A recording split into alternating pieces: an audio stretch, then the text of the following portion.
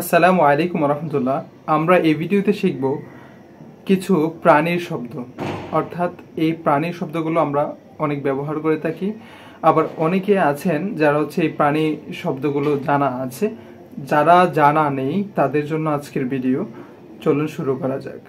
হিররুন শব্দের অর্থ হচ্ছে বিড়াল। হিররুন শব্দের অর্থ হচ্ছে বিড়াল। আমরা বিড়াল যখন বলবো তখন হিররুন শব্দটা ব্যবহার করতে পারি। এবারে এখানে একটা কথা বলে রাখি, সেটা হচ্ছে যে শব্দগুলো বলবো এই শব্দগুলোর অনেকগুলো আরবি শব্দ থাকতে পারে। এখান থেকে যেগুলো প্রচলন, যে শব্দটা প্রচলন সেটা বলতেছি। এছাড়া আপনাদের নিজেদের মতো করে যেগুলো বেশি ব্যবহৃত হয় অথবা আপনাদের জানার পরিধির জন্য, তাহলে আপনার ডিকশনারি ব্যবহার করতে পারেন, তাহলে অনেক শব্দ পেয়ে যাবেন ইনশাল্লাহ। তারপর হচ্ছে বাকরুন। বাকরুন শব্দের অর্থ হচ্ছে গরু।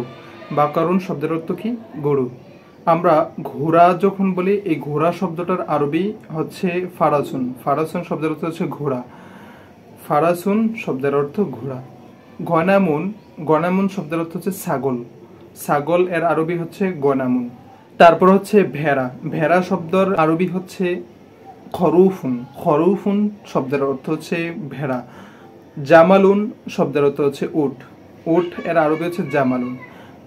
এই হচ্ছে আমাদের কয়েকটা প্রাণীর শব্দ। দেখা হবে আমাদের পরবর্তী ভিডিওতে, ততক্ষণ আমাদের সাথেই থাকুন। আসসালামু আলাইকুম রহমতুল্লাহ।